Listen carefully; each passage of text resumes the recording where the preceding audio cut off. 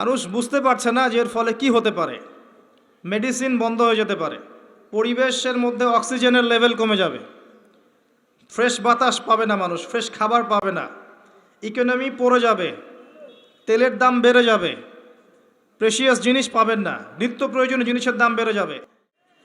World অ্যাফেয়ার্সে গিয়ে তাকিয়ে দেখেন যে ইন্নাল ইনসানা লাফি খুসর, মানুষ অবশ্যই ক্ষতির মধ্যে আছে। আল্লাহ পাক বলেছেন এই পৃথিবীতে মানুষের ক্ষতি দুই রকম হয়, ইহকালীন এবং পরকালীন।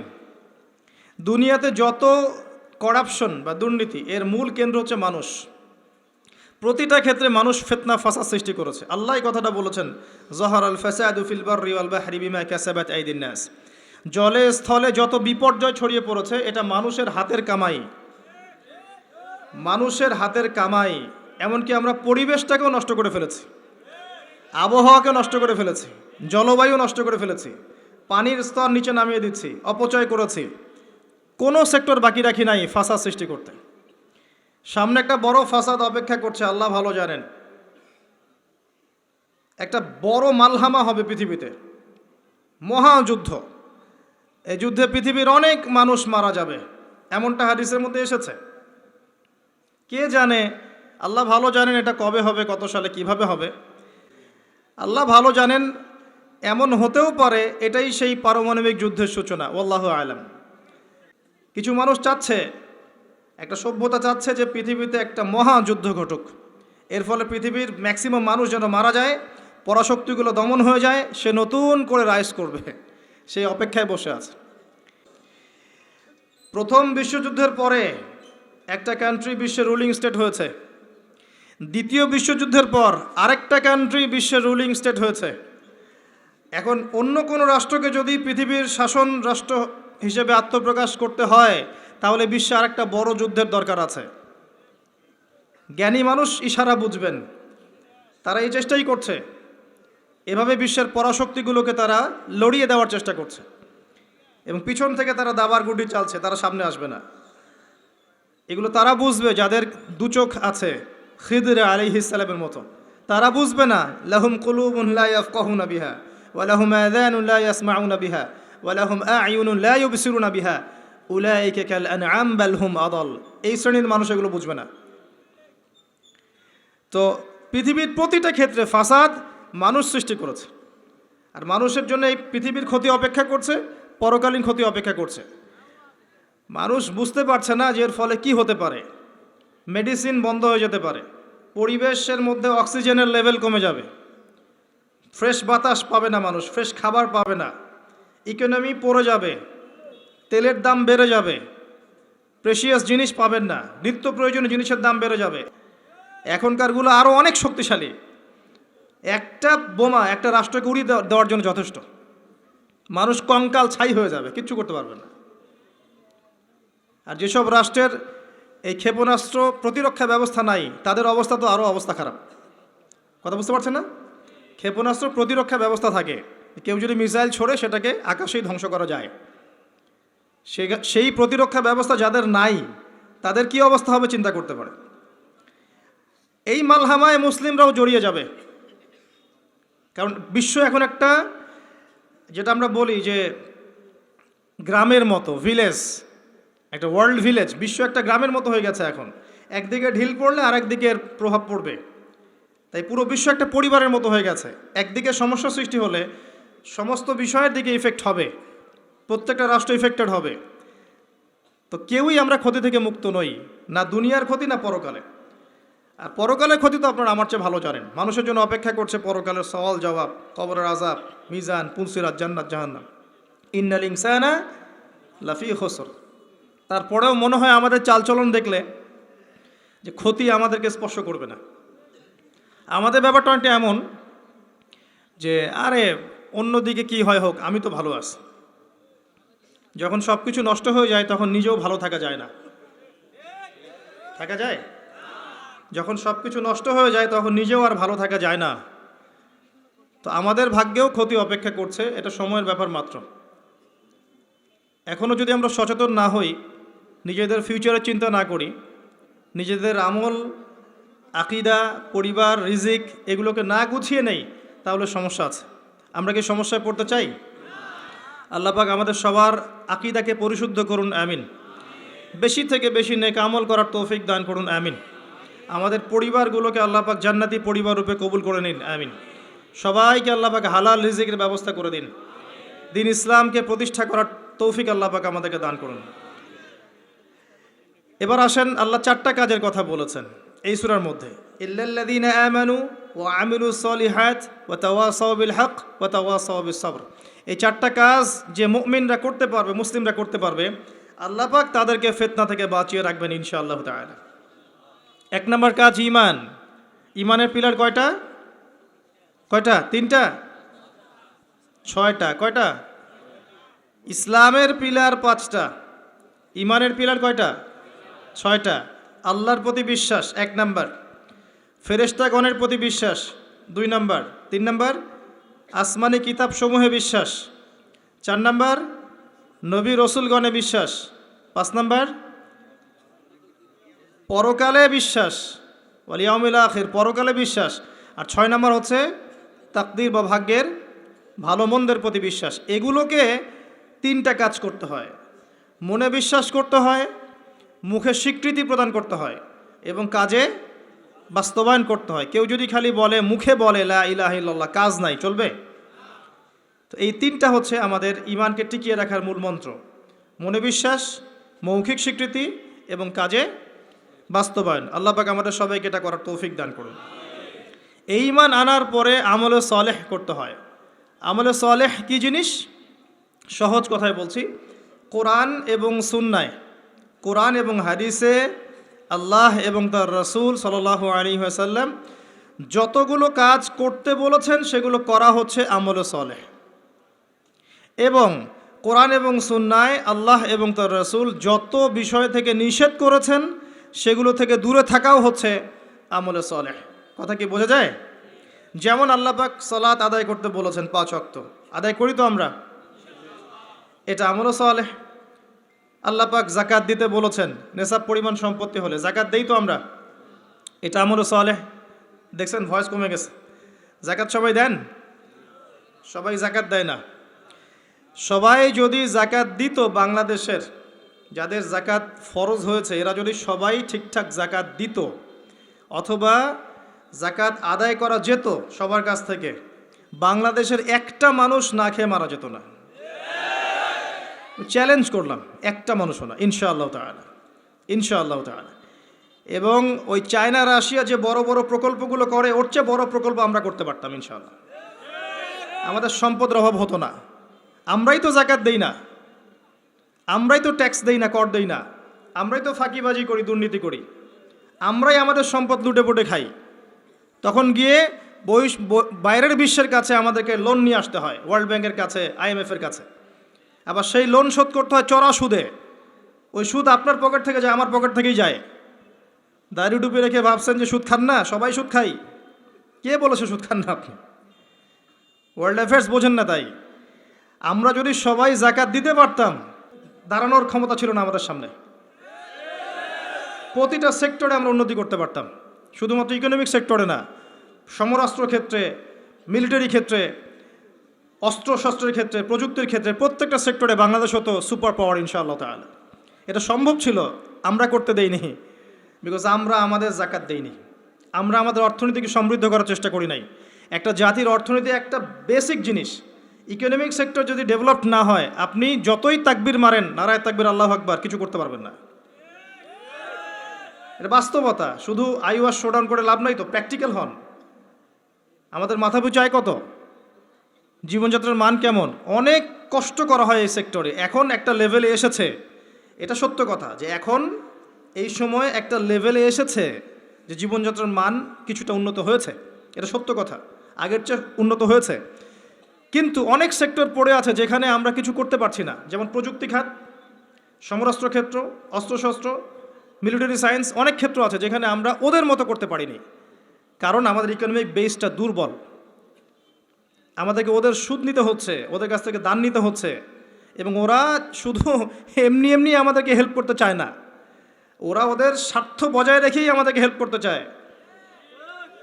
যে উপকার করতে চায় টাকার ঝুলি নিয়ে বাস্কেট অফ মানি নিয়ে সামনে আসে, এমনি এমনি আসে না। ওরা ওদের স্বার্থ বুঝে শুনে এটা করতে চায়। চড়া সুদ নিবে তারা, এবং এগুলো সুদ দিতে দিতে আমাদের অবস্থা খারাপ হয়ে যায়। জাকাত দেন প্রিয় ভাইরা, জাকাত দেন। জাকাত আপনার ইকোনমিক সেকশনটাকে সাম্যাবস্থায় নিয়ে আসবে, এবং যাদেরকে আল্লাহ পাক কিছু ক্ষমতা দিয়েছেন তাদের উচিত, আমি সম্মানের সাথে বলবো, তাদের উচিত যে নিসাব পরিমাণ সম্পদ যাদের হয়েছে, মুসলিমদের অ্যাটলিস্ট, এটা তো অমুসলিমদের সাথে সম্পর্কিত না, মুসলিমদের নিসাব পরিমাণ সম্পদ যাদের হয়েছে, এই জাকাতটাকে সুষ্ঠুভাবে আদায় করার একটা সিস্টেম চালু করেন। দেখবেন ইনশাআল্লাহ তাআলা ইকোনমিক সেকশন অনেক ডেভেলপড হবে ইনশাআল্লাহ আযজা ওয়া জাল। আমরা আমাদের টাকা দিয়ে চলবো। আমাদের দেশে কি ফলে না বলেন তো? এমন কোন জিনিস আছে যেটা আমাদের দেশে ফলে না? কোন মৌলিক চাহিদা, খাদ্য, বস্ত্র, বাসস্থান, চিকিৎসা, শিক্ষা, কোন সেক্টরটাতে আমরা পিছিয়ে আছি বলেন তো? প্রতিটা জিনিস আল্লাহ পাক এই বাংলাদেশকে উজাড় করে দিয়েছেন। ভালো করে চিন্তা, সমুদ্র আছে আপনার, নদী আছে আপনার সবুজ শ্যামল মাঠ দিয়ে ভর্তি, আপনার ধান, গম, পাট, কত কি যে হচ্ছে বাংলাদেশে, অবাক করা বিষয়। এই দেশের মাটিতে অনেক বড় বড় আল্লাহর ওলিরা এসেছিলেন জানেন, অনেক বড় বড় দোয়া করেছেন তারা দেশের জন্য, এই জায়গার জন্যে। জায়গাটা এমনি এমনি তো সুজলা সুফলা হয়নি। আল্লাহর বান্দারা যখন এখানে তাওহীদে থাকবে, সুন্নতে থাকবে, ইসলামে থাকবে, আল্লাহ আসমান জমিনের বরকতের দরজা খুলে দেবেন ইনশাআল্লাহ। এখন পর্যন্ত এখানে বহু বরেণ্য ওলামা কেরাম আছেন, আল্লাহকে সেজদা করা মানুষের অভাব নাই। মানুষ ৫ ওয়াক্ত নামাজ পড়ে, মানুষের মধ্যে ইসলামের প্রেম আছে, মহব্বত আছে। রমাজান মাসে তারা আরও বেশি মুসল্লি হয়ে যায়। অনেক দুর্বলতা আছে, কিন্তু আমাদের দেশের মানুষ ইসলামকে ভালোবাসে না? কোরআনকে ভালোবাসে। আল্লাহ পাক রহমতের প্রতিটা দরজা খুলে দিয়েছেন দেশের জন্য। মাটি উর্বর, আপনার সাগর আছে, গ্যাস পাওয়া যাচ্ছে, কয়দিন পর তেল পাওয়া যাবে, আর অনেক কিছুই পাওয়া যাবে। যদি আমরা আমাদের ক্ষেত্রে সৎ হতাম, আমরা আমাদের সম্পদ কাজে লাগাতে পারতাম, জাকাত নিতাম ঠিকঠাক মতো, কেউ দুর্নীতি করতাম না, কোনো দেশের কাছে লোন নেওয়ার কোনো প্রয়োজন ছিল না আমাদের। আমরা আমাদের মতো করে চলতে পারতাম, মাথা উঁচু করে। এখন এই ক্ষমতা আল্লাহ পাক যাদেরকে দিয়েছেন, তারা যদি এই বিষয়গুলোর দিকে চোখ দেন, এটাই সবে কল্যাণকর। এটা সবার দায়িত্ব নয়, যাদেরকে আল্লাহ পাক এই দায়িত্ব দিয়েছেন তাদের জন্য এই বিষয়গুলো। আমরা শুধু সর্বোচ্চ বিষয়গুলোকে বোঝানোর চেষ্টা করতে পারি বা মানুষকে দাওয়াত প্রদান করতে পারি, এতটুকুই। আল্লাহ পাক আমাদেরকে বোঝার তৌফিক দান করেন। প্রতিটা ক্ষেত্রে আমরা উন্নতি করতে পারবো যদি আপনি সালাতে আসেন, যাকাতে আসেন, ইসলামে আসেন, কোরআন সুন্নায় আসেন। কি বলছিলাম? ইমানের 6 পিলারে 3টা কাজ: মনে বিশ্বাস, মৌখিক স্বীকৃতি, কাজে বাস্তবায়ন, তারপরে আমল সালেহ। প্রতিটা কাজ যা আল্লাহ এবং তার রাসূল করতে বলেছেন করলেই আমল সালেহ।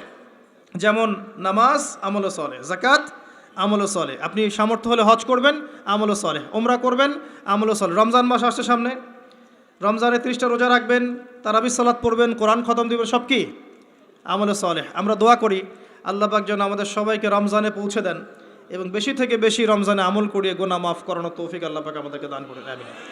চুপচাপ যেখান থেকে নিয়েছো চুপচাপ রেখে চলে যাও, না হলে তোমার জন্য অপেক্ষা করছে পরকালে একটা শাস্তি। আল্লাহ পাক কিয়ামতের মাঠে ওঠার সাথে সাথে তোমার ডান হাত কবজি পর্যন্ত কেটে দিবেন, খুব সতর্ক। আর এই কথাটা আল্লাহ পাক আমার মুখ দিয়ে বের করালেন, তোমার কানে কিন্তু পৌঁছেছে, তুমি দাওয়াত পেয়েছো, সতর্ক আমি করেছি। চুরির শাস্তি কবজি পর্যন্ত হাত কেটে ফেলা। আমাদের চুরির শাস্তি গণধোলাই দেয়া হয় না, এটা ঠিক না, এটা গায়ে আইন হাতে তুলে নেবেন না। শাস্তি হাত কেটে ফেলা, এটা ইসলামিক লস, এখানে বাস্তবায়িত নাই, কিন্তু এটা লস। আল্লাহ পাক এটা করবেন কিন্তু পরকালে, সতর্ক সাবধান থাকবেন। আর সিসকে চোরকে আর কত পিটাবেন? আপনার আমার মাথার উপরে তো অনেক বড় বড় চোর বসে থাকে, তখন কি করবেন?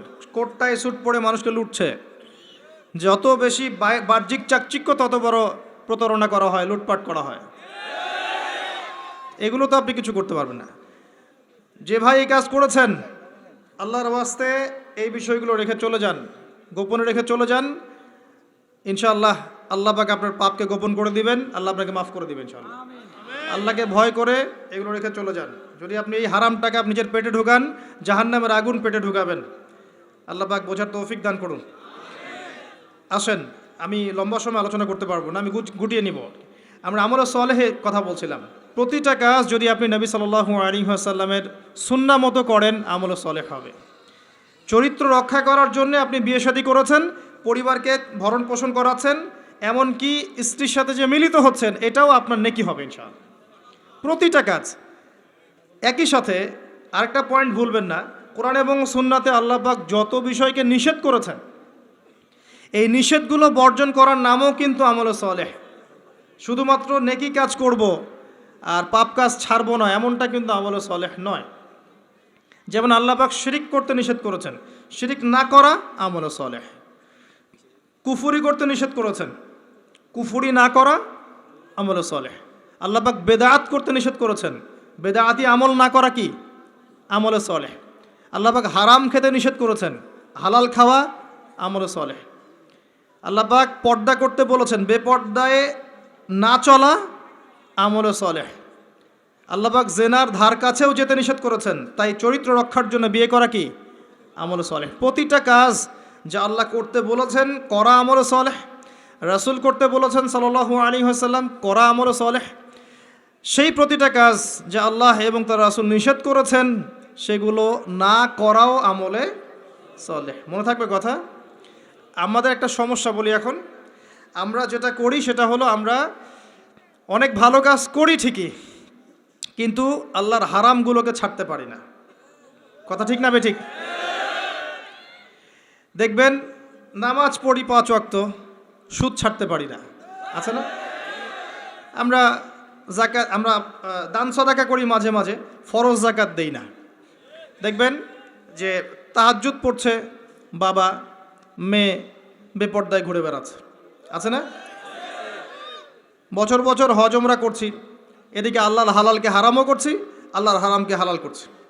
এই কাজগুলো আমরা করি না। আমরা অনেক সময় ভালো অনেক কাজ করি, দান সদাকা করি, নফল দান সদাকা করি, জুমার নামাজে যাই, ঈদের নামাজে যাই, হ্যাঁ, প্রতিবেশীর খোঁজ নেই, মানুষকে রক্ত দেই, চিকিৎসার জন্য কাজ করি, শিক্ষা ক্ষেত্রে কাজ করি, অনেক কিছুই করি আমরা ভালো কাজ, কিন্তু আল্লাহর নিষেধগুলো কিন্তু ছাড়ি না। তো আল্লাহর নিষেধটা ছাড়া সবচেয়ে বড় কথা, কারণ নেক আমল করা সহজ, আল্লাহর নিষেধ ছাড়াটা খুবই কঠিন, এটা মনে রাখবেন। নেক আমল করা সহজ, আল্লাহর জন্য কিছু ছাড়া অনেক কঠিন, অনেক কঠিন। আল্লাহ পাক আমাদেরকে ছাড়ার তৌফিক দান করুন।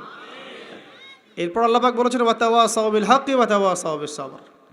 যারা হকের উপদেশ দেয় পরস্পরকে, একে অপরকে হকের উপদেশ দেয়। হকটা কি জিনিস? হকটা কি? এর সংজ্ঞা কে দিবে? আমি দিব না আপনি দিবেন না আল্লাহ দিবে? কার সংজ্ঞা নেবেন? হকটা কি কে বলবে, কে বুঝাবে? আল্লাহ বুঝাবেন। আল্লাহ বলছেন হকের সংজ্ঞা, সূরা কাহফ এই সূরার 29 নম্বর আয়াতে গিয়ে দেখবেন আল্লাহ পাক হকের সংজ্ঞা দিয়েছেন। আল্লাহ পাক বলেছেন ওয়াকুলিল হাক্কু মির রাব্বিকুম। হক সেটাই, ভালো করে শোনেন, হক সেটাই, সত্য মিথ্যার মানদণ্ড সেটাই, ন্যায় অন্যায়ের মানদণ্ড সেটাই, জ্ঞানের মানদণ্ড সেটাই, ঠিক আছে, যেটা তোমার রবের পক্ষ থেকে নাজিল হয়। বাস। কি নাজিল হয়েছে? এখন আপনি বলেন কি নাজিল হয়েছে? যখন তাওরাত নাজিল হয়েছিল ওটাই হক ছিল, ইনজিল নাজিল হয়েছে ওটাই হক ছিল, জাবুর নাজিল হয়েছে ওটাই হক ছিল। এখন কি আছে? কোরআন এবং এর ব্যাখ্যা হাদিস। কিয়ামত পর্যন্ত কি অন্য কোনো উৎস আসবে? অন্য কোনো নবী আসবেন? আর কোনো রসুল আসবেন? গোলাম আহমেদ কাদিয়ানি যতই বলুক, সে কি নবী হয়ে যাবে? সুবহানাল্লাহ। মানুষ, কিছু মানুষ এখন তাদেরকেও নবী বলে গ্রহণ করছে, আর এটা কিয়ামতের সাইন। আমি অবাক হচ্ছি না, কারণ নবী সাল্লাল্লাহু আলাইহি ওয়াসাল্লাম বলেছেন কিয়ামতের আগে 30 জন ভণ্ড নবীর আগমন ঘটবে। কতজন? তার মধ্যে 4 জন হচ্ছে মহিলা, তার মধ্যে 4 জন কে? মহিলা, বাকিরা পুরুষ। তো এই হলো অবস্থা। নবী সাল্লাল্লাহু আলাইহি ওয়াসাল্লামের ঠিক পরেই আবু বকর রাদিয়াল্লাহু আনহুর যুগেও একাধিক ভণ্ড নবীর আগমন ঘটেছিল, এখনও হচ্ছে। এরপরে কিয়ামত পর্যন্ত কোনো নবী আসবে? নবীর ওয়ারিশগণ থাকবেন। নবীর ওয়ারিশ কারা? ওলামায়ে কেরাম, তারা নবীর ওয়ারিশ। এবং আমার নাসিহা হচ্ছে আপনি কোরআন এবং সুন্নাহটাকে তাদের সোহবতে গিয়ে পড়েন এবং বোঝেন, এটা সবচেয়ে বেশি ইম্পর্ট্যান্ট। কারণ কোরআন এবং সুন্নাহ তাদেরকে দেখে শিখলে আপনি ভালো শিখতে পারবেন। এবং এটা হচ্ছে সেই নববী সুন্নাহ। এখানে গিয়ে আপনি দেখতে পারেন, একজন সাধারণ মানুষ হিসেবে আপনি দেখতে পারেন যে অনেকের মাঝখানে হয়তো ইখতিলাফ আছে, ঠিক আছে, মতপার্থক্য আছে। এই মতপার্থক্যে আপনি ঢুকবেন না। তারা যদি মতপার্থক্য করে এটা তাদের উপর ছেড়ে দেন। আপনি সবাইকে সম্মান করবেন। কথা বুঝতে পারছেন? আপনি সব আলেমদেরকে সম্মান করবেন। হকপন্থী ওলামায়ে কেরাম যারা আছেন সবাইকে আপনি সম্মান করবেন। সবার সাথে আপনি সখ্যতা বজায় রাখবেন। তারা আপোষে কার সাথে কি করছে এটা আপনার দেখার দরকার নেই। কথা বুঝতে পারছেন? উদারভাবে যদি চিন্তা করেন তখন আপনি বুঝবেন যে আমরা সবাই এক এবং আমরা সবাই মুসলিম উম্মার অংশ। কেউ কারো শত্রু নই, আমরা সবাই একে অপরের ভাই। যদি কেউ আপনাকে ভাই মনে না করে, আপনি তাকে ভাই মনে করেন, ইনশাল্লাহ ঐক্য হয়ে যাবে। আল্লাহ পাক তৌফিক দান করুন বোঝার। আরেকটা মূলনীতি আছে যা আমি চেষ্টা করি মেনে চলার, যে প্রত্যেকের মাঝে আপনি কিছু ভালো জিনিস পাবেন। যে আপনাকে দু একটা বাজে কথা বলছে বা ভুল বুঝছে বা আপনার সমালোচনা করছে, তার মধ্যেও দেখবেন আপনি দু একটা ভালো জিনিস আছে না? ওইটা আপনি নিয়ে নেন, ওই ভালোটুকু আপনি নেন। সে আপনাকে বকা দিয়েছে, গালি দিয়েছে বা তহমত দিয়েছে বলে তার ভালোটা নেবেন না, এমনটা করেন না। তার ভালোটুকু আপনি নিয়ে নেন উদার মনে। আর প্রত্যেকের মধ্যে আপনি দেখবেন কিছু বিতর্কিত বিষয় আছে, খারাপ, যেটা খারাপ, এই খারাপগুলো আপনি নেবেন না, আপনি এড়িয়ে যাবেন। তখন দেখবেন আপনি সবার মাঝে একটা হৃদ্যতার বন্ধন তৈরি করতে পারবেন, অন্যথায় সম্ভব না। আর আমরা যতই ক্ষমতার দাপট দেখাই না কেন, আমরা যদি ইউনাইটেড না থাকি আমাদের কোনো মূল্য নাই বিশ্বের দরবারে।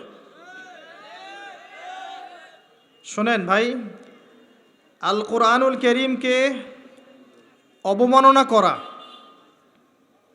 একজন অমুসলিম, একজন নাস্তিক বা একজন মুরতাদ কোরআনকে অবমাননা করেছে, এর চেয়ে বড় অবমাননা আমার দৃষ্টিতে এটাই যে কোরআনের একটা সরাসরি বিধানকে আমরা লঙ্ঘন করছি। আপনাকে দেখাচ্ছি আমি। আল্লাহ পাক বলেছেন ওয়া'তাসিমু বিহাবলিল্লাহি জামিআ, এটা প্রথম হুকুম। তোমরা আল্লাহর রজ্জুটা শক্ত করে ধরো, ওয়া'তাসিমু, শক্ত করে ধরো, জামিআন, ঐক্যবদ্ধভাবে, এভাবে আর কি। হাতের আঙ্গুলগুলোর মধ্যে কোনো ফাঁক নাই, এভাবে। সূরা সফ পড়ে দেখবেন, কান্নাহুম বুনিয়ানুম মারসুস, এইভাবে আল্লাহ পাক ধরতে বলেছেন, এভাবে। এটা প্রথম হুকুম। তারপরেই আবার বলেছেন ওয়ালা তাফাররাকু, এরকম হয়ে যেও না। দুটো কথা, ধরো আর বিভক্ত হয়েও না। আমরা ধরিও নাই, বিভক্ত হয়েছি।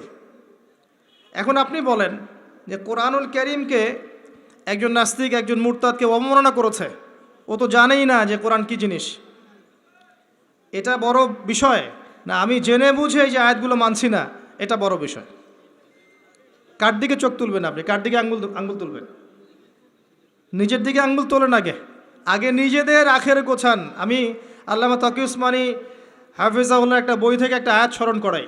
একটা আয়াতকে নিয়ে তিনি একটা বই লিখে ফেলেছেন যে ইয়া আইয়ুহাল্লাযীনা আমানু আলাইকুম আনফুসাকুম লা ইয়াদুররুকুম মান দাল্লা ইন ইহতাদাইতুম ইলাল্লাহি মারজিউকুম জামিআন ফায়ুনাব্বিউকুম বিমা কুনতুম তা'মালুন।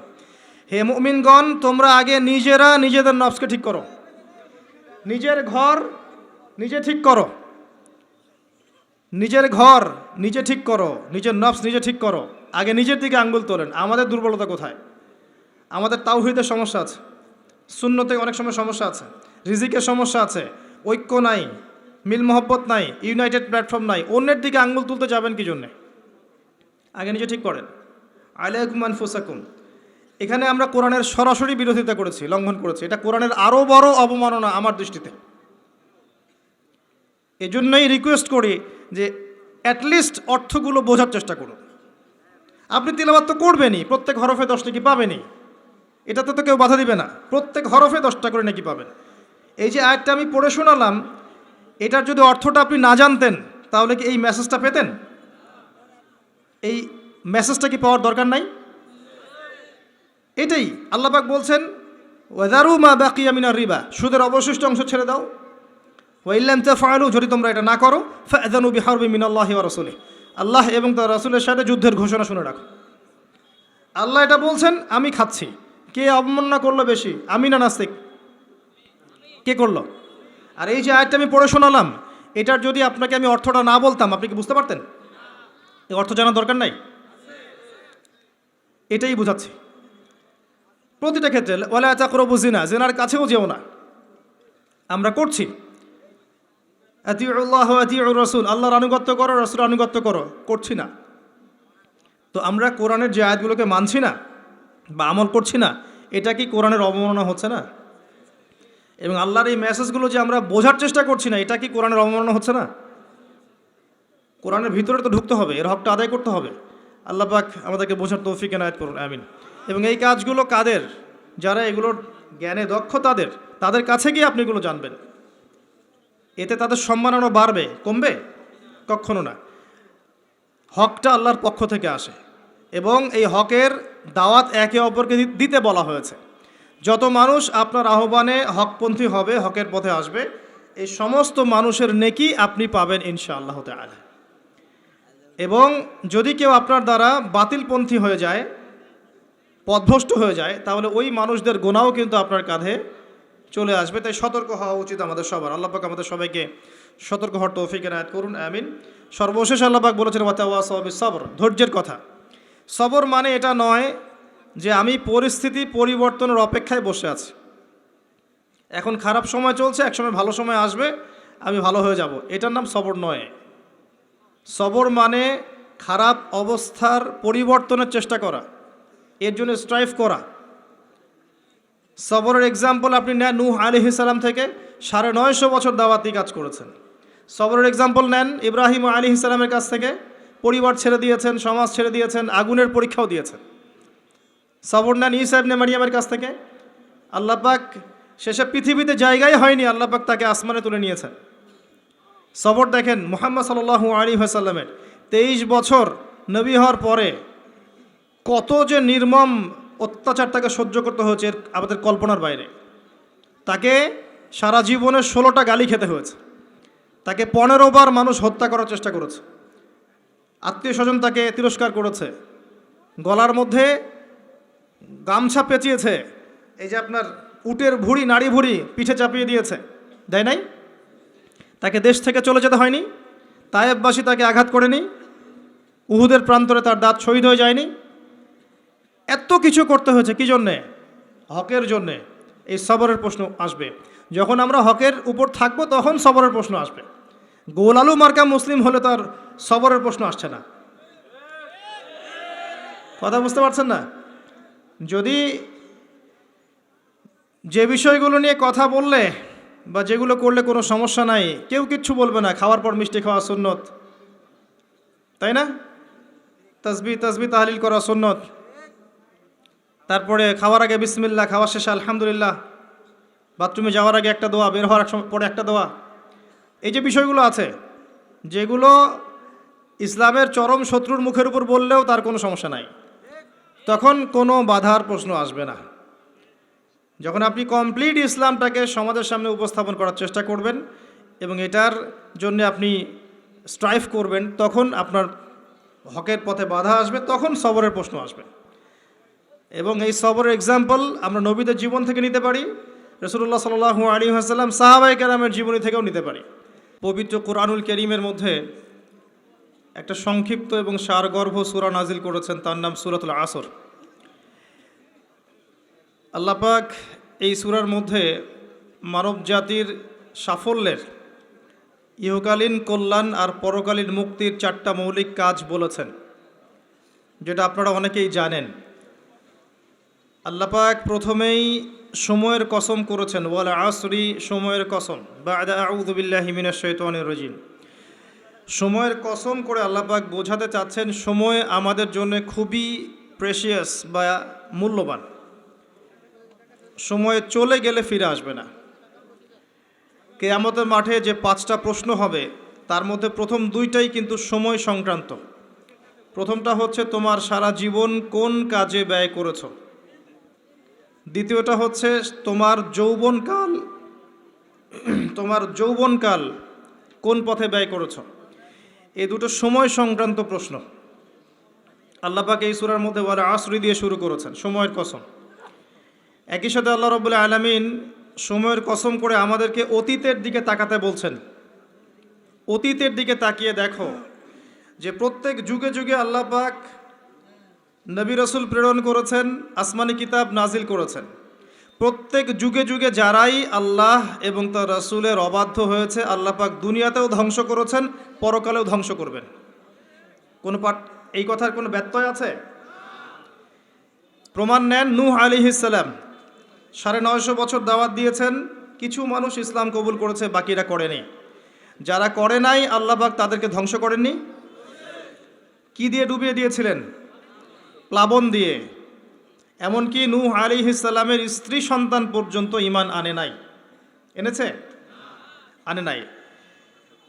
এখান থেকেও শিক্ষা আছে যে আমরা যারা আদর্শ পরিবার গড়তে চাই, এমন হতে পারে যে পরিবারের সকল সদস্য সবাই কথা শুনবে না, এমনটাও হতে পারে।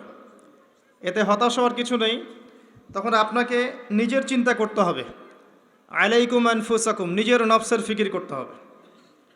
আপনি দাওয়াত দিতে দিতে ক্লান্ত হয়ে যান, যদি দাওয়াত দিতে দিতে বোঝাতে বোঝাতে ক্লান্ত হয়ে যান, তারপরেও আপনার কথা মানুষ না শোনে, আলাইকুম আনফুসাকুম, নিজের ফিকির করেন। নূহ আলাইহিস সালাম যখন বললেন, বাবা নৌকায় উঠে আসো, সে বলছে আমি পাহাড়ে উঠে যাব, পাহাড় আমাকে বাঁচাবে। তখন নূহ আলাইহিস সালাম বলছেন, আজকে আল্লাহর আযাব থেকে কেউ বাঁচাতে পারবে না।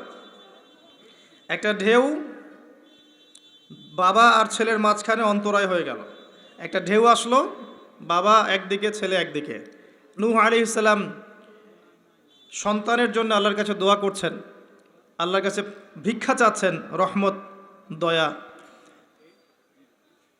ইন্নাহু মিন আহলি, আল্লাহ বলছেন লাইসা মিন আহলিক, হে আল্লাহ সে আমার পরিবারের অন্তর্ভুক্ত। আল্লাহ বলছেন সে তোমার পরিবারের কেউ না। আল্লাহর কাছে দেশ, ভাষা, রক্ত, বর্ণ, জাতীয়তাবাদ কোনো কিছুর কোনো মূল্য নাই, ইল্লাত তাকওয়া, শুধু তাকওয়ার মূল্য আছে। যে ঈমান এনেছে, আকীদা পরিশুদ্ধ করেছে, আমল ঠিক করেছে, তাওহীদ শিখেছে, সুন্নতে থেকেছে, আল্লাহকে ভয় করেছে, সাধ্যমতো আল্লাহর দিনের পথে কাজ করেছে, দিন প্রতিষ্ঠার চেষ্টা করেছে, ইনশাআল্লাহ জান্নাতে চলে যাবে। আর যে হোক না কেন, একজন নবীর স্ত্রী হোক না কেন, বা কোনো নবীর আত্মীয় হোক না কেন, যত বড় মানুষ হোক না কেন, যত বড় ধনী হোক, যত সম্পদশালী হোক, যত শৌর্যবীর্য ক্ষমতার অধিকারী হোক, যত কিছু থাকুক না কেন, ঈমান না থাকলে, আমল না থাকলে, তাকওয়া না থাকলে, তাকে কেউ আল্লাহর আযাব থেকে বাঁচাতে পারবে না। পারবে? এটা মৌলিক কথা। আসলে মাহফিলে অনেক কথার প্রয়োজন নাই। আমার কথা বুঝতে পারছেন? অনেক বেশি কথার প্রয়োজন নাই। অল্প কিছু কথা যদি আপনার মনে আসার করে, দিলে আসার করে, যথেষ্ট। প্রথম কথা হচ্ছে এইটা, ঈমান, তাওহীদ, নেক আমল, তাকওয়া, এগুলো ছাড়া কিছুই আমাদেরকে বাঁচাতে পারবে না। এবং যার যার হিসেব তাকে তাকেই দিতে হবে।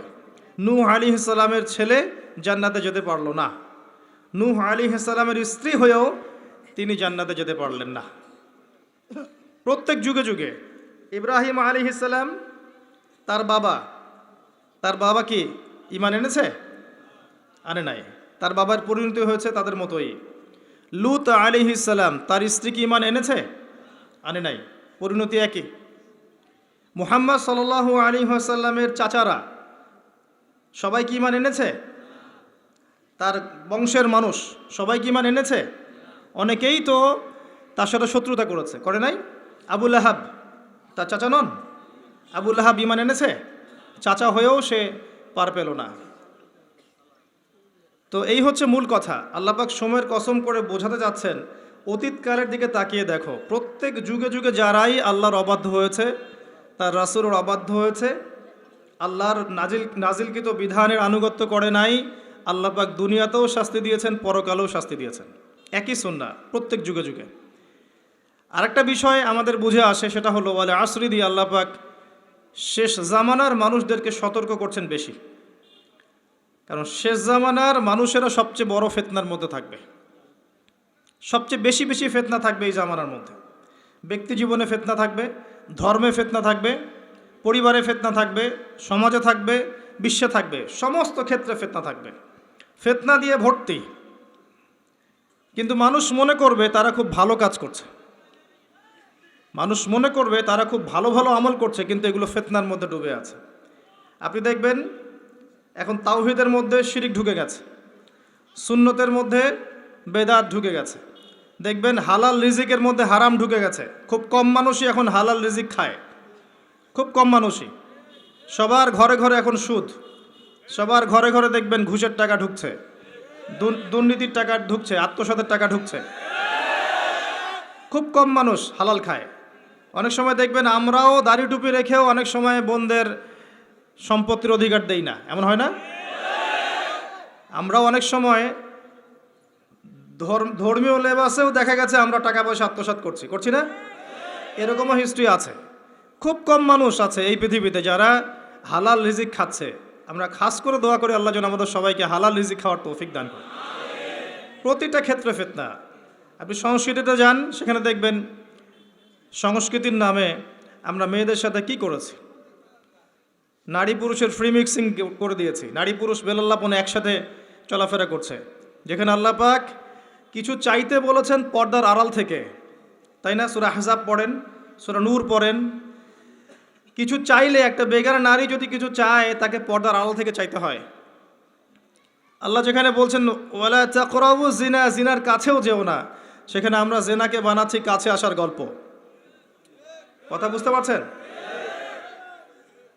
ফ্রি মিক্সিং একদম শুরু থেকে, স্কুল লাইফ থেকে শুরু হবে, একদম এই যে ক্লাস 5-6 থেকে শুরু করে এসএসসি, এইচএসসি, অনার্স মাস্টার্স, প্রতিটা ক্ষেত্রে, স্কুল, তারপর কলেজ, তারপর বিশ্ববিদ্যালয়, সবখানে ফ্রি মিক্সিং।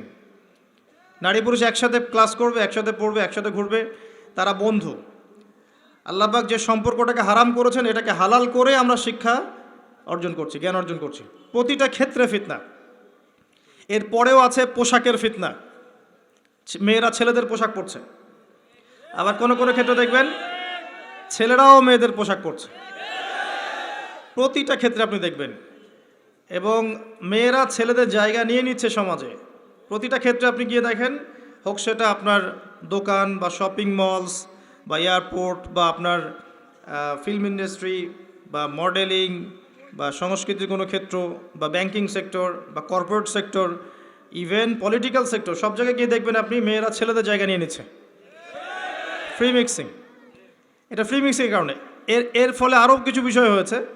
এর ফলে দেখবেন আপনি জেনা বাড়বে, পরকীয়া বাড়বে, ব্যভিচার বাড়বে, টিজিং বাড়বে, এবং কোনো কোনো ক্ষেত্রে দেখবেন পরিবারের কাঠামো ভেঙে যাবে, ধর্ষণ বাড়বে।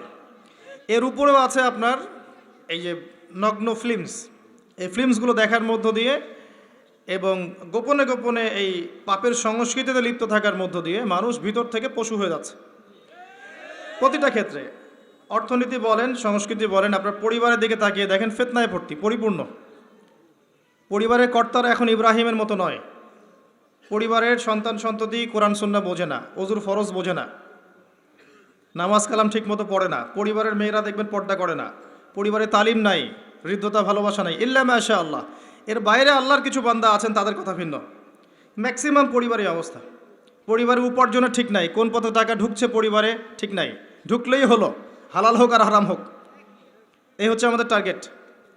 এনি হাও, যে কোনোভাবে আমাকে একটা জমি কিনতে হবে, বাড়ি করতে হবে, গাড়ি করতে হবে, স্ট্যাটাস বাড়াতে হবে, যেভাবেই হোক আমাকে এগুলো অর্জন করতে হবে। এই হচ্ছে আমাদের জীবনের উদ্দেশ্য। এখন ওয়ার্ল্ড অ্যাফেয়ার্সে গিয়ে তাকিয়ে দেখেন, এই যে ইন্নাল ইনসানা লাফি খুসর, মানুষ অবশ্যই ক্ষতির মধ্যে আছে। আল্লাহ পাক বলেছেন এই পৃথিবীতে মানুষের ক্ষতি দুই রকম হয়, ইহকালীন এবং পরকালীন। দুনিয়াতে যত করাপশন বা দুর্নীতি, এর মূল কেন্দ্র হচ্ছে মানুষ। প্রতিটা ক্ষেত্রে মানুষ ফিতনা ফাসাদ সৃষ্টি করেছে। আল্লাহ এই কথাটা বলেছেন, যাহারাল ফাসাদু ফিল বাররি ওয়াল বাহরি বিমা কাসাবাত আইদিন নাস। জলে স্থলে যত বিপর্যয় ছড়িয়ে পড়েছে এটা মানুষের হাতের কামাই, মানুষের হাতের কামাই। এমনকি আমরা পরিবেশটাকেও নষ্ট করে ফেলেছি, আবহাওয়াকে নষ্ট করে ফেলেছি, জলবায়ু নষ্ট করে ফেলেছি, পানির স্তর নিচে নামিয়ে দিচ্ছি, অপচয় করেছি। কোনো সেক্টর বাকি রাখি নাই ফাসাদ সৃষ্টি করতে। সামনে একটা বড় ফাসাদ অপেক্ষা করছে, আল্লাহ ভালো জানেন। একটা বড় মালহামা হবে পৃথিবীতে, মহাযুদ্ধ। এই যুদ্ধে পৃথিবীর অনেক মানুষ মারা যাবে, এমনটা হাদিসের মধ্যে এসেছে। কে জানে, আল্লাহ ভালো জানেন এটা কবে হবে, কত সালে, কিভাবে হবে। আল্লাহ ভালো জানেন, এমন হতেও পারে এটাই সেই পারমাণবিক যুদ্ধের সূচনা, ওয়াল্লাহু আলাম। কিছু মানুষ চাচ্ছে, একটা সভ্যতা চাচ্ছে যে পৃথিবীতে একটা মহাযুদ্ধ ঘটুক, এর ফলে পৃথিবীর ম্যাক্সিমাম মানুষ যেন মারা যায়, পরাশক্তিগুলো দমন হয়ে যায়, সে নতুন করে রাইজ করবে, সেই অপেক্ষায় বসে আছে। প্রথম বিশ্বযুদ্ধের পরে একটা কান্ট্রি বিশ্বের রুলিং স্টেট হয়েছে, দ্বিতীয় বিশ্বযুদ্ধের পর আরেকটা কান্ট্রি বিশ্বের রুলিং স্টেট হয়েছে। এখন অন্য কোনো রাষ্ট্রকে যদি পৃথিবীর শাসন রাষ্ট্র হিসেবে আত্মপ্রকাশ করতে হয়, তাহলে বিশ্বে আরেকটা বড় যুদ্ধের দরকার আছে। জ্ঞানী মানুষ ইশারা বুঝবেন, তারা এই চেষ্টাই করছে। এভাবে বিশ্বের পরাশক্তিগুলোকে তারা লড়িয়ে দেওয়ার চেষ্টা করছে, এবং পিছন থেকে তারা দাবার গুটি চালছে, তারা সামনে আসবে না। এগুলো তারা বুঝবে যাদের দু চোখ আছে, খিদর আলাইহিস সালামের মতো। তারা বুঝবে না, লাহুম কুলুবুন লা ইয়াফকাহুনা বিহা ওয়া লাহুম আযানুন লা ইয়াসমাউনা বিহা ওয়া লাহুম আ'য়ুনুন লা ইউবসিরুনা বিহা উলাইকা কাল আনআম বাল হুম আদাল। এই শ্রেণীর মানুষ এগুলো বুঝবে না। তো পৃথিবীর প্রতিটা ক্ষেত্রে ফাসাদ মানুষ সৃষ্টি করেছে, আর মানুষের জন্য এই পৃথিবীর ক্ষতি অপেক্ষা করছে, পরকালীন ক্ষতি অপেক্ষা করছে। মানুষ বুঝতে পারছে না যে এর ফলে কি হতে পারে। মেডিসিন বন্ধ হয়ে যেতে পারে, পরিবেশের মধ্যে অক্সিজেনের লেভেল কমে যাবে, ফ্রেশ বাতাস পাবে না মানুষ, ফ্রেশ খাবার পাবে না, ইকোনমি পড়ে যাবে, তেলের দাম বেড়ে যাবে, প্রেশিয়াস জিনিস পাবেন না, নিত্য প্রয়োজনীয় জিনিসের দাম বেড়ে যাবে। এখনকারগুলো আরও অনেক শক্তিশালী, একটা বোমা একটা রাষ্ট্রকে উড়িয়ে দেওয়ার জন্য যথেষ্ট। মানুষ কঙ্কাল ছাই হয়ে যাবে, কিচ্ছু করতে পারবে না। আর যেসব রাষ্ট্রের এই ক্ষেপণাস্ত্র প্রতিরক্ষা ব্যবস্থা নাই, তাদের অবস্থা তো আরও অবস্থা খারাপ। কথা বুঝতে পারছেন না? ক্ষেপণাস্ত্র প্রতিরক্ষা ব্যবস্থা থাকে, কেউ যদি মিসাইল ছোড়ে সেটাকে আকাশেই ধ্বংস করা যায়। সেই প্রতিরক্ষা ব্যবস্থা যাদের নাই, তাদের কি অবস্থা হবে চিন্তা করতে পারে। এই মালহামায় মুসলিমরাও জড়িয়ে যাবে, কারণ বিশ্ব এখন একটা, যেটা আমরা বলি যে গ্রামের মতো, ভিলেজ, একটা ওয়ার্ল্ড ভিলেজ, বিশ্ব একটা গ্রামের মতো হয়ে গেছে এখন। একদিকে ঢিল পড়লে আরেকদিকে এর প্রভাব পড়বে, তাই পুরো বিশ্ব একটা পরিবারের মতো হয়ে গেছে। একদিকে সমস্যা সৃষ্টি হলে সমস্ত বিষয়ের দিকে ইফেক্ট হবে, প্রত্যেকটা রাষ্ট্র ইফেক্টেড হবে। তো কেউই আমরা ক্ষতি থেকে মুক্ত নই, না দুনিয়ার ক্ষতি না পরকালে। আর পরকালের ক্ষতি তো আপনারা আমার চেয়ে ভালো জানেন। মানুষের জন্য অপেক্ষা করছে পরকালের সওয়াল জবাব, কবরের আযাব, মিজান, পুলসিরাত, জান্নাত, জাহান্নাম। ইন্নাল ইনসানা লাফি খুসর। তারপরেও মনে হয় আমাদের চালচলন দেখলে যে ক্ষতি আমাদেরকে স্পর্শ করবে না। আমাদের ব্যাপারটা অনেকটা এমন যে আরে অন্যদিকে কি হয় হোক, আমি তো ভালো আছি। যখন সব কিছু নষ্ট হয়ে যায় তখন নিজেও ভালো থাকা যায় না। থাকা যায়? যখন সব কিছু নষ্ট হয়ে যায় তখন নিজেও আর ভালো থাকা যায় না। তো আমাদের ভাগ্যেও ক্ষতি অপেক্ষা করছে, এটা সময়ের ব্যাপার মাত্র। এখনও যদি আমরা সচেতন না হই, নিজেদের ফিউচারের চিন্তা না করি, নিজেদের আমল, আকিদা, পরিবার, রিজিক এগুলোকে না গুছিয়ে নেই, তাহলে সমস্যা আছে। আমরা কি সমস্যায় পড়তে চাই? আল্লাহ পাক আমাদের সবার আকিদাকে পরিশুদ্ধ করুন, আমিন। বেশি থেকে বেশি নেক আমল করার তৌফিক দান করুন, আমিন। আমাদের পরিবারগুলোকে আল্লাহ পাক জান্নাতি পরিবার রূপে কবুল করে নিন, আমিন। সবাইকে আল্লাহ পাক হালাল রিজিকের ব্যবস্থা করে দিন। দিন ইসলামকে প্রতিষ্ঠা করার তৌফিক আল্লাহ পাক আমাদেরকে দান করুন। এবার আসেন, আল্লাহ 4টা কাজের কথা বলেছেন এই সূরার মধ্যে। ইল্লাল্লাযীনা আমানু ওয়া আমিলুস সলিহাত ওয়া তাওয়াসাউ বিল হক ওয়া তাওয়াসাউ বিস সবর। এই 4টা কাজ যে মুমিনরা করতে পারবে, মুসলিমরা করতে পারবে, আল্লাহ পাক তাদেরকে ফিতনা থেকে বাঁচিয়ে রাখবেন ইনশাআল্লাহ তাআলা। 1 নম্বর কাজ ঈমান। ঈমানের পিলার কয়টা? কয়টা? 3টা? 6টা? কয়টা? ইসলামের পিলার 5টা, ঈমানের পিলার কয়টা? 6টা। আল্লাহর প্রতি বিশ্বাস 1 নাম্বার, ফেরেশতাগণের প্রতি বিশ্বাস 2 নাম্বার, 3 নাম্বার আসমানি কিতাব সমূহে বিশ্বাস, 4 নাম্বার নবী রসুলগণে বিশ্বাস, 5 নাম্বার পরকালে বিশ্বাস, ওয়াল ইয়াউমিল আখির, পরকালে বিশ্বাস, আর 6 নাম্বার হচ্ছে তাকদীর বা ভাগ্যের ভালো মন্দের প্রতি বিশ্বাস, এগুলোকে তিনটা কাজ করতে হয়।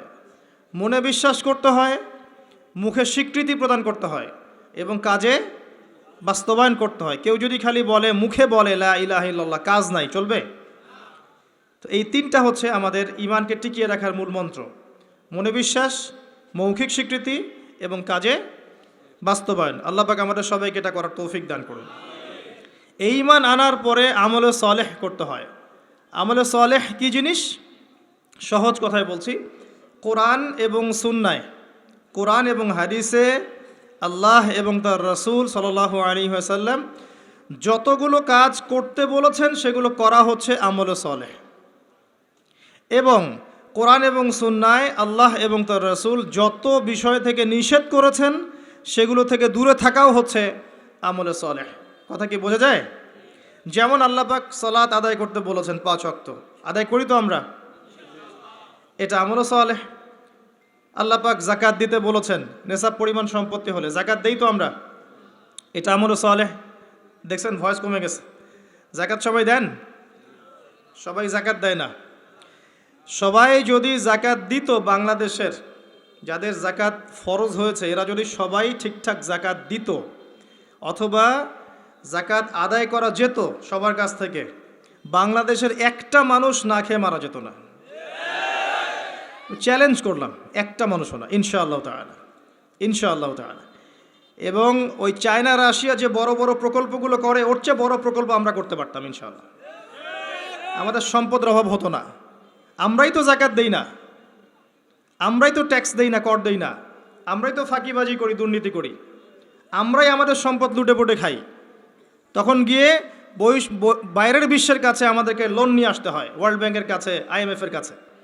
আবার সেই লোন শোধ করতে হয় চড়া সুদে। ওই সুদ আপনার পকেট থেকে যায়, আমার পকেট থেকেই যায়। দাড়ি টুপি রেখে ভাবছেন যে সুদ খান না? সবাই সুদ খাই। কে বলেছে সুদ খান না আপনি? ওয়ার্ল্ড অ্যাফেয়ার্স বোঝেন না তাই। আমরা যদি সবাই যাকাত দিতে পারতাম, দাঁড়ানোর ক্ষমতা ছিল না আমাদের সামনে। প্রতিটা সেক্টরে আমরা উন্নতি করতে পারতাম, শুধুমাত্র ইকোনমিক সেক্টরে না, সমরাস্ত্র ক্ষেত্রে, মিলিটারি ক্ষেত্রে, অস্ত্রশস্ত্রের ক্ষেত্রে, প্রযুক্তির ক্ষেত্রে, প্রত্যেকটা সেক্টরে বাংলাদেশ হতো সুপার পাওয়ার ইনশাআল্লাহ তাআলা। এটা সম্ভব ছিল, আমরা করতে দেইনি, বিকজ আমরা আমাদের যাকাত দেইনি। আমরা আমাদের অর্থনীতিকে সমৃদ্ধ করার চেষ্টা করি নাই। একটা জাতির অর্থনীতি একটা বেসিক জিনিস। ইকোনমিক সেক্টর যদি ডেভেলপড না হয়, আপনি যতই তাকবীর মারেন, নারায়ে তাকবীর, আল্লাহু আকবার, কিছু করতে পারবেন না। এটা বাস্তবতা। শুধু আইওয়াস শোডাউন করে লাভ নাই তো, প্র্যাকটিক্যাল হন। আমাদের মাথা পিছু আয় কত? জীবনযাত্রার মান কেমন? অনেক কষ্ট করা হয় এই সেক্টরে। এখন একটা লেভেলে এসেছে, এটা সত্য কথা, যে এখন এই সময় একটা লেভেলে এসেছে যে জীবনযাত্রার মান কিছুটা উন্নত হয়েছে, এটা সত্য কথা, আগের চেয়ে উন্নত হয়েছে। কিন্তু অনেক সেক্টর পড়ে আছে যেখানে আমরা কিছু করতে পারছি না, যেমন প্রযুক্তি খাত, সমরাস্ত্র ক্ষেত্র, অস্ত্রশস্ত্র, মিলিটারি সায়েন্স, অনেক ক্ষেত্র আছে যেখানে আমরা ওদের মতো করতে পারিনি, কারণ আমাদের ইকোনমিক বেসটা দুর্বল। আমাদেরকে ওদের সুদ নিতে হচ্ছে, ওদের কাছ থেকে দান নিতে হচ্ছে, এবং ওরা শুধু এমনি এমনি আমাদেরকে হেল্প করতে চায় না, ওরা ওদের স্বার্থ বজায় রেখেই আমাদেরকে হেল্প করতে চায়। যে উপকার করতে চায়, টাকার ঝুলি নিয়ে, বাস্কেট অফ মানি নিয়ে সামনে আসে, এমনি এমনি আসে না। ওরা ওদের স্বার্থ বুঝে শুনে এটা করতে চায়। চড়া সুদ নিবে তারা, এবং এগুলো সুদ দিতে দিতে আমাদের অবস্থা খারাপ হয়ে যায়। যাকাত দেন প্রিয় ভাইরা, যাকাত দেন। যাকাত আপনার ইকোনমিক সেকশনটাকে সাম্যাবস্থায় নিয়ে আসবে, এবং যাদেরকে আল্লাহ পাক কিছু ক্ষমতা দিয়েছেন, তাদের উচিত, আমি সম্মানের সাথে বলবো, তাদের উচিত যে নিসাব পরিমাণ সম্পদ যাদের হয়েছে, মুসলিমদের অ্যাটলিস্ট, এটা তো অমুসলিমদের সাথে সম্পর্কিত না, মুসলিমদের নিসাব পরিমাণ সম্পদ যাদের হয়েছে, এই যাকাতটাকে সুষ্ঠুভাবে আদায় করার একটা সিস্টেম চালু করেন। দেখবেন ইনশাআল্লাহ তাআলা ইকোনমিক সেকশন অনেক ডেভেলপড হবে ইনশাআল্লাহ আযজা ওয়া জাল। আমরা আমাদের টাকা দিয়ে চলবো। আমাদের দেশে কি ফলে না বলেন তো? এমন কোন জিনিস আছে যেটা আমাদের দেশে ফলে না? কোন মৌলিক চাহিদা, খাদ্য, বস্ত্র, বাসস্থান, চিকিৎসা, শিক্ষা, কোন সেক্টরটাতে আমরা পিছিয়ে আছি বলেন তো? প্রতিটা জিনিস আল্লাহ পাক এই বাংলাদেশকে উজাড় করে দিয়েছেন।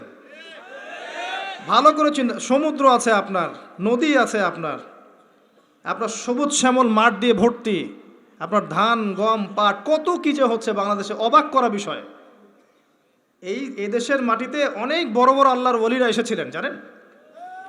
অনেক বড় বড় দোয়া করেছেন তারা দেশের জন্য, এই জায়গার জন্য। জায়গাটা এমনি এমনি তো সুজলা সুফলা হয়নি। আল্লাহর বান্দারা যখন এখানে তাওহীদে থাকবে, সুন্নতে থাকবে, ইসলামে থাকবে, আল্লাহ আসমান জমিনের বরকতের দরজা খুলে দেবেন ইনশাআল্লাহ। এখন পর্যন্ত এখানে বহু বরেণ্য ওলামায়ে কেরাম আছেন। আল্লাহকে সেজদা করা মানুষের অভাব নাই। মানুষ ৫ ওয়াক্ত নামাজ পড়ে, মানুষের মধ্যে ইসলামের প্রেম আছে, মহব্বত আছে। রমাজান মাসে তারা আরও বেশি মুসল্লি হয়ে যায়। অনেক দুর্বলতা আছে, কিন্তু আমাদের দেশের মানুষ ইসলামকে ভালোবাসে, ভালোবাসে না? কোরআনকে ভালোবাসে। আল্লাহ পাক রহমতের প্রতিটা দরজা খুলে দিয়েছেন দেশের জন্য। মাটি উর্বর, আপনার সাগর আছে, গ্যাস পাওয়া যাচ্ছে, কয়দিন পর তেল পাওয়া যাবে, আর অনেক কিছুই পাওয়া যাবে। যদি আমরা আমাদের ক্ষেত্রে সৎ হতাম, আমরা আমাদের সম্পদ কাজে লাগাতে পারতাম, জাকাত নিতাম ঠিকঠাক মতো, কেউ দুর্নীতি করতাম না, কোনো দেশের কাছে লোন নেওয়ার কোনো প্রয়োজন ছিল না আমাদের। আমরা আমাদের মতো করে চলতে পারতাম, মাথা উঁচু করে। এখন এই ক্ষমতা আল্লাহ পাক যাদেরকে দিয়েছেন, তারা যদি এই বিষয়গুলোর দিকে চোখ দেন, এটাই সবে কল্যাণকর। এটা সবার দায়িত্ব নয়। যাদেরকে আল্লাহ পাক এই দায়িত্ব দিয়েছেন তাদের জন্য এই বিষয়গুলো।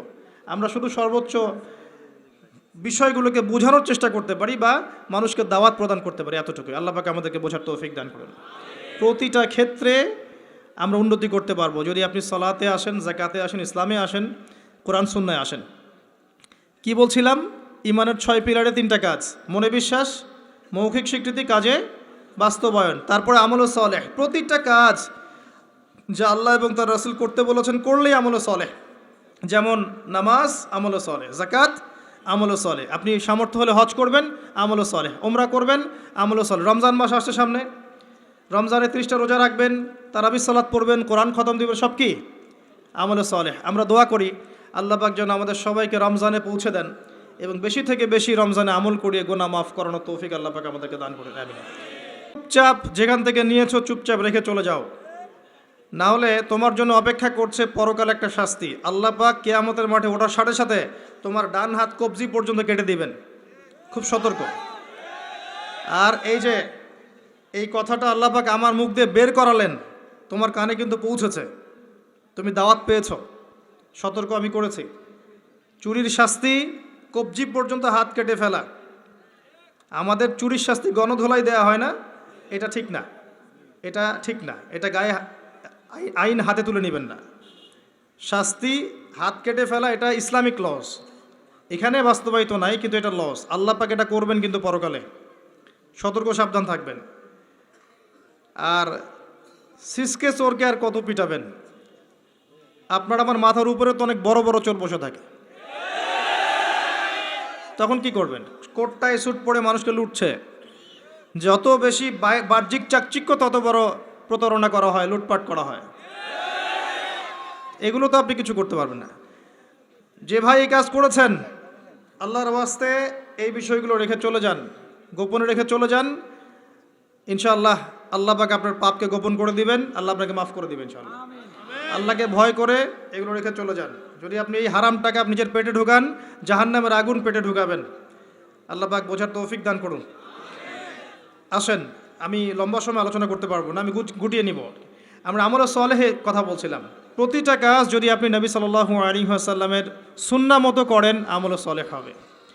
চরিত্র রক্ষা করার জন্য আপনি বিয়ে শাদী করেছেন, পরিবারকে ভরণ পোষণ করাচ্ছেন, এমনকি স্ত্রীর সাথে যে মিলিত হচ্ছেন, এটাও আপনার নেকি হবে ইনশাআল্লাহ। প্রতিটা কাজ।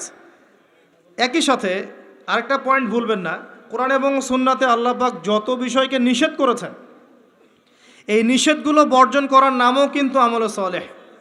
শুধুমাত্র নেকি কাজ করব আর পাপ কাজ ছাড়বো না, এমনটা কিন্তু আমলে সলেহ নয়। যেমন আল্লাহ পাক শিরিক করতে নিষেধ করেছেন, শিরিক না করা আমলে সলেহ।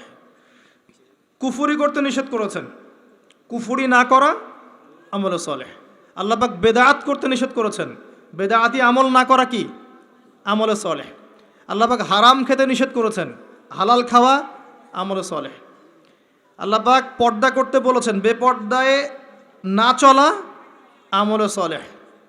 আল্লাহ পাক জেনার ধার কাছেও যেতে নিষেধ করেছেন, তাই চরিত্র রক্ষার জন্য বিয়ে করা কি আমলে সলেহ। প্রতিটা কাজ যা আল্লাহ করতে বলেছেন করা আমলে সলেহ, রাসূল করতে বলেছেন সাল্লাল্লাহু আলাইহি ওয়াসাল্লাম করা আমলে সলেহ। সেই প্রতিটা কাজ যা আল্লাহ এবং তার রাসূল নিষেধ করেছেন সেগুলো না করাও আমলে সলেহ। মনে থাকবে কথা। আমাদের একটা সমস্যা বলি এখন, আমরা যেটা করি সেটা হলো আমরা অনেক ভালো কাজ করি ঠিকই, কিন্তু আল্লাহর হারামগুলোকে ছাড়তে পারি না। কথা ঠিক না বেঠিক?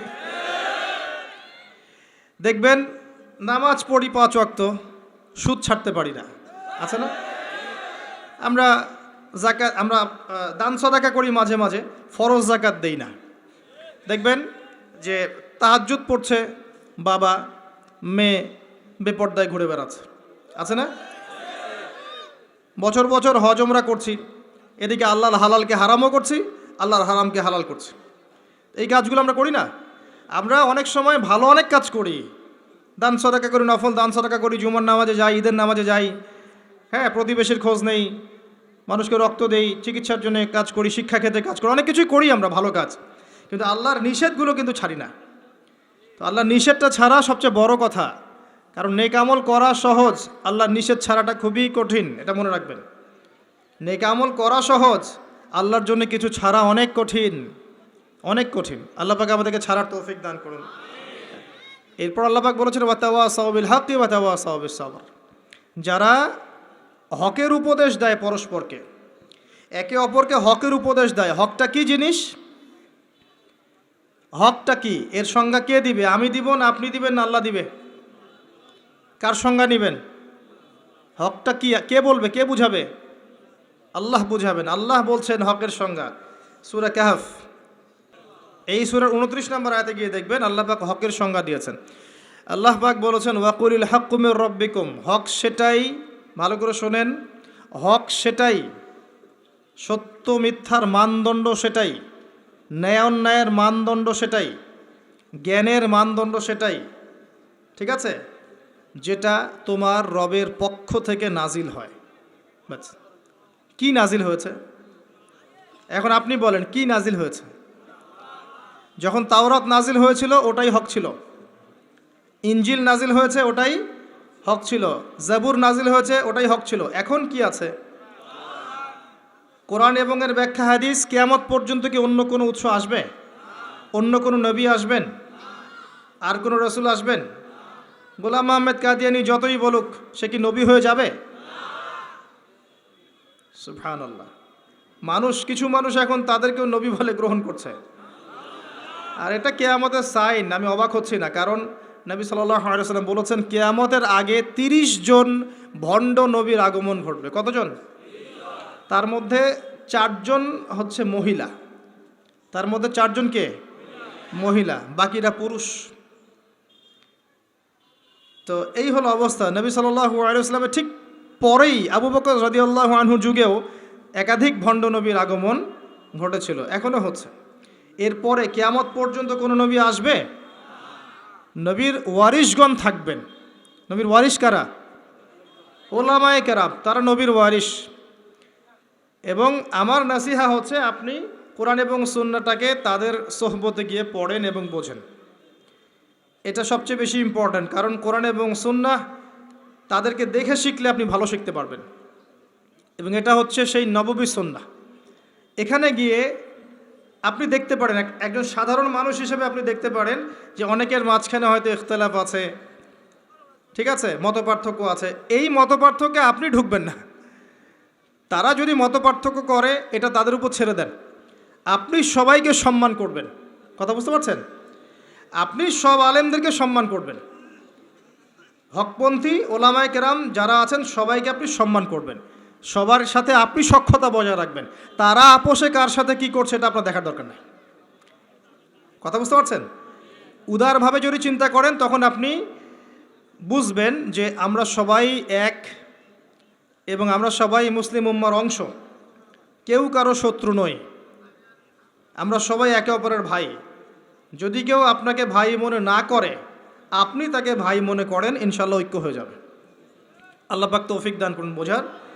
আরেকটা মূলনীতি আছে যা আমি চেষ্টা করি মেনে চলার, যে প্রত্যেকের মাঝে আপনি কিছু ভালো জিনিস পাবেন।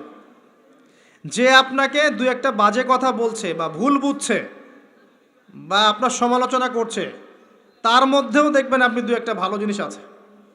আছে না? ওইটা আপনি নিয়ে নেন, ওই ভালোটুকু আপনি নেন। সে আপনাকে বকা দিয়েছে, গালি দিয়েছে বা তহমত দিয়েছে বলে তার ভালোটা নিবেন না, এমনটা করেন না। তার ভালোটুকু আপনি নিয়ে নেন উদার মনে। আর প্রত্যেকের মধ্যে আপনি দেখবেন কিছু বিতর্কিত বিষয় আছে খারাপ, যেটা খারাপ, এই খারাপগুলো আপনি নেবেন না, আপনি এড়িয়ে যাবেন। তখন দেখবেন আপনি সবার মাঝে একটা হৃদ্যতার বন্ধন তৈরি করতে পারবেন, অন্যথায় সম্ভব না। আর আমরা যতই ক্ষমতার দাপট দেখাই না কেন, আমরা যদি ইউনাইটেড না থাকি আমাদের কোনো মূল্য নাই বিশ্বের দরবারে। শোনেন ভাই, আল কোরআনুল কারীমকে অবমাননা করা, একজন অমুসলিম, একজন নাস্তিক বা একজন মুরতাদ কোরআনকে অবমাননা করেছে, এর চেয়ে বড় অবমাননা আমার দৃষ্টিতে এটাই যে কোরআনের একটা সরাসরি বিধানকে আমরা লঙ্ঘন করছি। আপনাকে দেখাচ্ছি আমি, আল্লাহ পাক বলেছেন ওয়া'তাসিমু বিহাবলিল্লাহি জামিআ, এটা প্রথম হুকুম। তোমরা আল্লাহর রজ্জুটা শক্ত করে ধরো, ওয়া'তাসিমু শক্ত করে ধরো, জামিআন ঐক্যবদ্ধভাবে, এভাবে আর কি, হাতের আঙ্গুলগুলোর মধ্যে কোনো ফাঁক নাই, এভাবে। সূরা সফ পড়ে দেখবেন, কান্নাহুম বুনিয়ানুম মারসুস, এভাবে আল্লাহ পাক ধরতে বলেছেন এভাবে, এটা প্রথম হুকুম। তারপরেই আবার বলেছেন ওয়ালা তাফাররাকু, এরকম হয়ে যেও না। দুটো কথা, ধরো আর বিভক্ত হয়েও না। আমরা ধরিও নাই, বিভক্ত হয়েছি। এখন আপনি বলেন যে কোরআনুল কারীমকে একজন নাস্তিক, একজন মুরতাদকে অবমাননা করেছে, ও তো জানেই না যে কোরআন কী জিনিস। এটা বড় বিষয় না আমি জেনে বুঝে এই যে আয়াতগুলো মানছি না, এটা বড় বিষয়? কার দিকে চোখ তুলবেন আপনি, কার দিকে আঙ্গুল তুলবেন? নিজের দিকে আঙ্গুল তোলেন আগে, আগে নিজেদের আখের গোছান। আমি আল্লামা তকি উসমানী হাফিজাহুল্লাহ একটা বই থেকে একটা আয়াত স্মরণ করাই। একটা আয়াতকে নিয়ে তিনি একটা বই লিখে ফেলেছেন যে ইয়া আইয়ুহাল্লাযীনা আমানু আলাইকুম আনফুসাকুম লা ইয়াদুররুকুম মান দাল্লা ইন ইহতাদাইতুম ইলাল্লাহি মারজিউকুম জামিআন ফায়ুনাব্বিউকুম বিমা কুনতুম তা'মালুন। হে মুমিনগণ, তোমরা আগে নিজেরা নিজেদের নফসকে ঠিক করো, নিজের ঘর নিজে ঠিক করো, নিজের ঘর নিজে ঠিক করো, নিজের নফস নিজে ঠিক করো। আগে নিজের দিকে আঙ্গুল তোলেন। আমাদের দুর্বলতা কোথায়? আমাদের তাওহীদের সমস্যা আছে, সুন্নতে অনেক সময় সমস্যা আছে, রিজিকের সমস্যা আছে, ঐক্য নাই, মিল মহব্বত নাই, ইউনাইটেড প্ল্যাটফর্ম নাই। অন্যের দিকে আঙ্গুল তুলতে যাবেন কি জন্যে? আগে নিজে ঠিক করেন। আলাইকুম আনফুসাকুম, এখানে আমরা কোরআনের সরাসরি বিরোধিতা করেছি, লঙ্ঘন করেছি। এটা কোরআনের আরও বড় অবমাননা আমার দৃষ্টিতে। এজন্যই রিকোয়েস্ট করি যে অ্যাটলিস্ট অর্থগুলো বোঝার চেষ্টা করুন।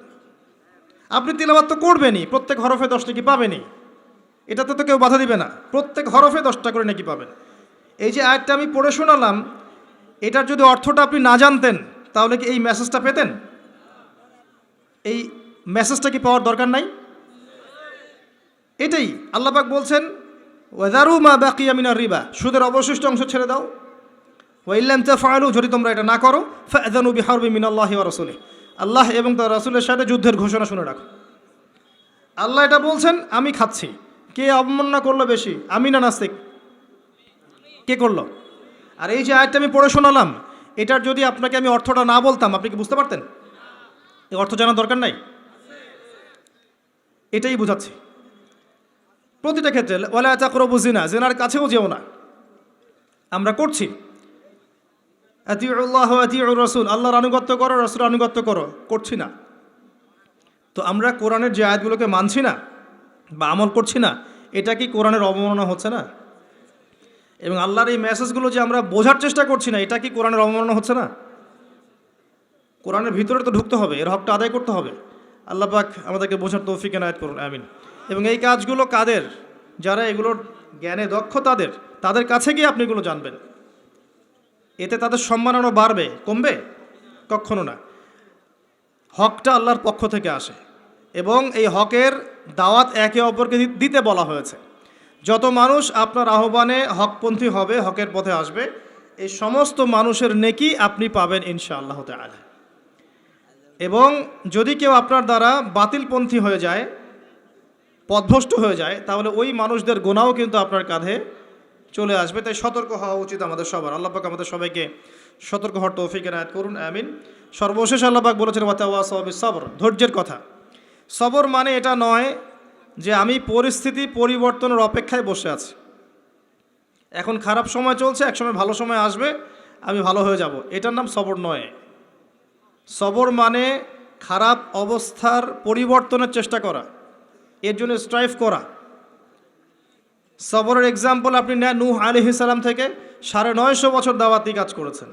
সবরের এক্সাম্পল নেন ইব্রাহিম আলাইহিস সালামের কাছ থেকে, পরিবার ছেড়ে দিয়েছেন, সমাজ ছেড়ে দিয়েছেন, আগুনের পরীক্ষাও দিয়েছেন। সবর নেন ঈসা ইবনে মারইয়ামের কাছ থেকে, আল্লাহ পাক শেষে পৃথিবীতে জায়গায় হয়নি, আল্লাহ পাক তাকে আসমানে তুলে নিয়েছেন। সবর দেখেন মুহাম্মদ সাল্লাল্লাহু আলাইহি ওয়াসাল্লামের 23 বছর নবী হওয়ার পরে কত যে নির্মম অত্যাচার তাকে সহ্য করতে হয়েছে আমাদের কল্পনার বাইরে। তাকে সারা জীবনে 16টা গালি খেতে হয়েছে, তাকে 15 বার মানুষ হত্যা করার চেষ্টা করেছে, আত্মীয় স্বজন তাকে তিরস্কার করেছে, গলার মধ্যে গামছা পেঁচিয়েছে, এই যে আপনার উটের ভুঁড়ি, নাড়ি ভুঁড়ি পিঠে চাপিয়ে দিয়েছে, দেয় নাই? তাকে দেশ থেকে চলে যেতে হয়নি, তায়েববাসী তাকে আঘাত করেনি, উহুদের প্রান্তরে তার দাঁত শহীদ হয়ে যায়নি। এত কিছু করতে হয়েছে কি জন্যে? হকের জন্যে। এই সবরের প্রশ্ন আসবে যখন আমরা হকের উপর থাকবো, তখন সবরের প্রশ্ন আসবে। গোল আলু মার্কা মুসলিম হলে তার সবরের প্রশ্ন আসছে না।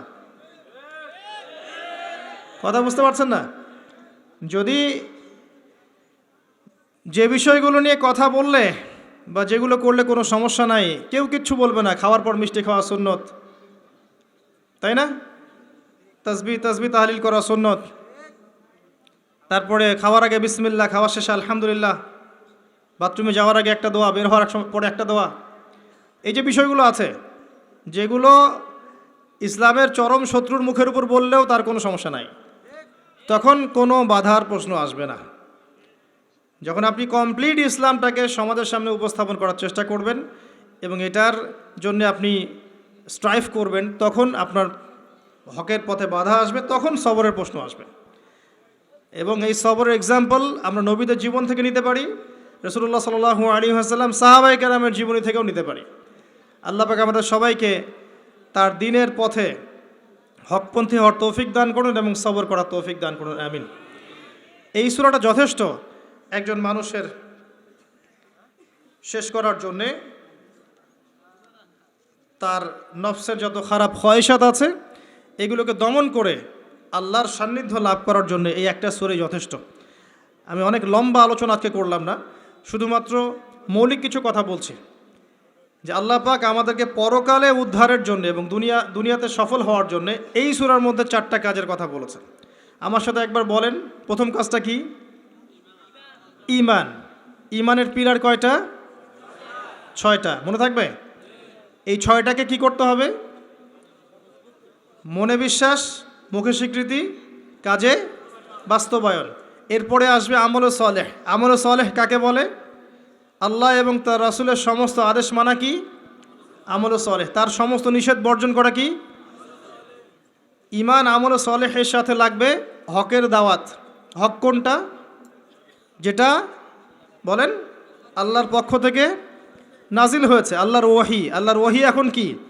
কোরআন এবং সুন্নাহ। এই কোরআন সুন্নাহকে আপনি নিজে আমল করবেন, পরিবারে আমল করাবেন, চেষ্টা করবেন সমাজে বাস্তবায়ন করার। আল্লাহ আপনাকে যেখানে সামর্থ্য দিয়েছেন সেখানে আপনি করবেন। আল্লাহ পাক তৌফিক দান করুন। এবং এই হকের পথে চলতে গেলে আপনার বাধা আসবে, তখন আপনাকে সবরের প্রশ্ন আসবে। এবার আপনি সবর করবেন নূহ আলাইহিস সালামের মতো, ইব্রাহিম আলাইহিস সালামের মতো, মূসা ঈসা আলাইহিস সালাম তাদের মতো, মুহাম্মদ সাল্লাল্লাহু আলাইহি ওয়াসাল্লাম তার সাহাবায়ে কেরাম রাদিয়াল্লাহু আনহুম আজমাইন তাদের মতো। আল্লাহ পাক আমাদের সবাইকে এই 4টা গুণাবলী অর্জন করার তৌফিক এনায়েত করুন, আমিন।